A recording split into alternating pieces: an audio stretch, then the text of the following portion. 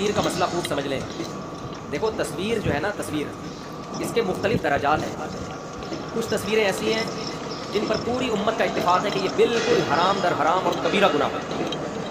کچھ اس سے کم درجے کی، کچھ اس سے کم درجے کی.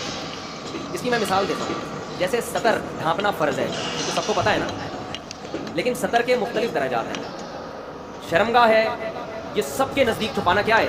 فرض. اگر کوئی شرمگاہ کھول لے تو یہ تو کبیرہ گناہ کا مرتکب ہوگا.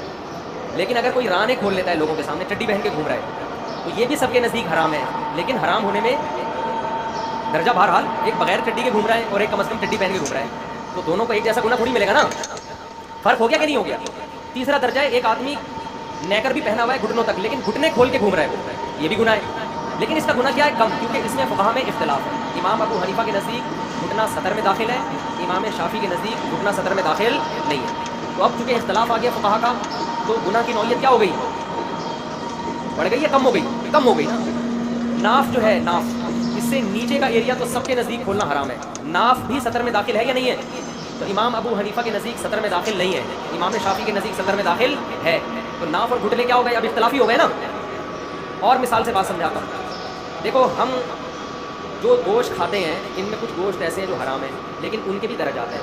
سور کا گوشت سب فقہا کے نزدیک حرام ہے. اگر سور کے گوشت کو کوئی حلال کہتے تو اسلام سے ہی خارج ہو جائے گا، اتنا سخت حرام ہے. باقی درندے بھی حرام ہیں. لیکن آپ اگر آتے رہیں، ایک اسٹیج ایسی آئے گی پھر جس میں اختلاف آنا شروع ہو جائے. یہ جو گو ہے، گو نواز گو والا گو نہیں، یہ جو جنگل میں گو بڑی چھپکلی ہوتی ہے، یہ حنبلی علماء اور امام شافعی کے نزدیک جائز ہے، امام ابو حنیفہ کے نزدیک یہ جائز نہیں ہے.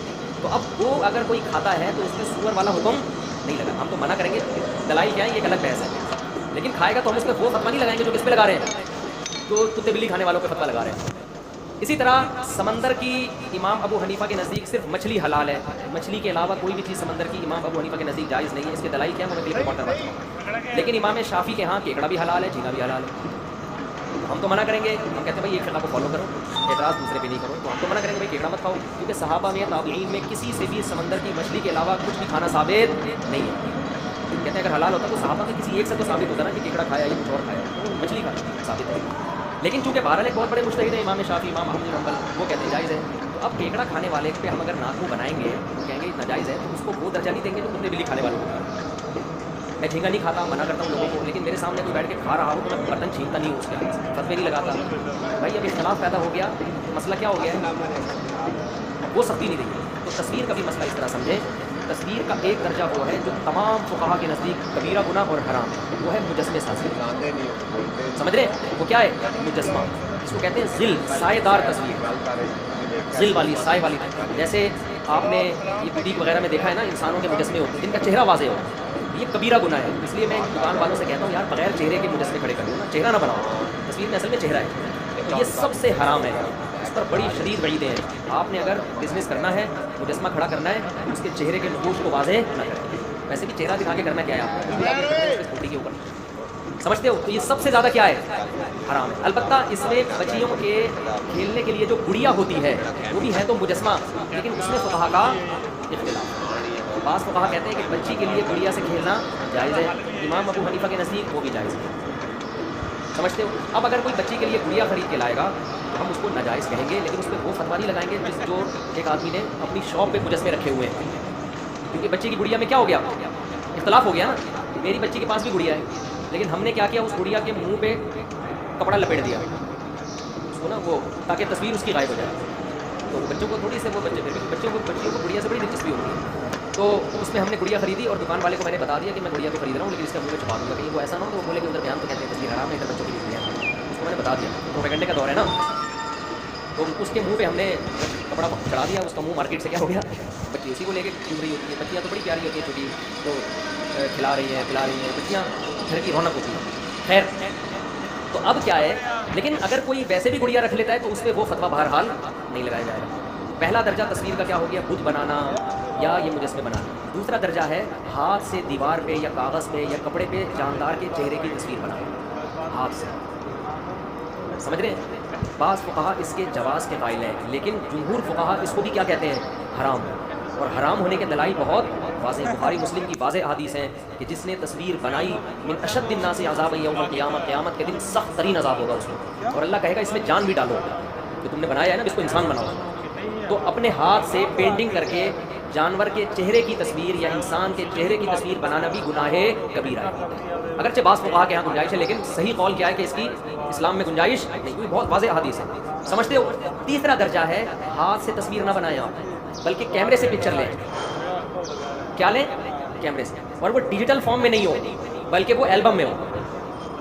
بات آ رہی ہے سمجھ؟ یہ بھی حرام ہے، لیکن اس کا درجہ تیسرے درجے پہ حرام ہے، کیونکہ اس میں اس وقت کے بھی بعض علماء جو اہل حق بھی ہیں وہ اس کے جائز ہونے کے قائل ہیں، وہ کہتے ہیں یہ اس تصویر میں داخل نہیں ہے جس میں مزاحات لخلق اللہ، کیونکہ آپ کوئی نقل نہیں اتار رہے، آپ نے تو اللہ کی بنائی ہوئی چیز کو پیپر پہ محفوظ کر لیا، لیکن ناجائز ہونے کے دلائل ہماری نظر میں زیادہ مضبوط ہیں، سمجھ رہے ہو؟ لہذا ہم یہ کہتے ہیں کہ اپنے شادی کی البم میں جو آپ تصویریں کھنچوا کے البم بنا کے رکھتے ہیں، یا اپنے بلا وجہ پاسپورٹ کی ضرورت ہو تو ایک الگ بات ہے، آئی ڈی کارڈ کی ضرورت یا ٹریولنگ ہے تو ایک الگ بات ہے، بلا وجہ شو بازی کے لیے ایسی تصویریں البم میں سجا کے رکھنا ہماری رائے کے مطابق جائز نہیں ہے، لیکن اس کے حرام ہونے کا درجہ دوسری قسم سے بہرحال کم ہے، کیونکہ اس میں اختلاف آ گیا۔ چوتھا ہے ڈیجیٹل فارم میں تصویر کو سیو رکھنا، پیپر پہ نہیں نکالی آپ نے، پرنٹ آؤٹ نہیں نکالا ہے، وہ کس فارم میں ہے؟ ڈیجیٹل فارم میں، سمجھ رہے ہیں؟ پرنٹ نہیں ہے۔ اس میں بہت سارے علماء اس کے جائز ہونے کے قائل ہیں، اگرچہ بہت سے اس کو بھی ناجائز کہتے ہیں، لیکن ہمارا جو رجحان ہے وہ اس کے جائز ہونے کی طرف ہے۔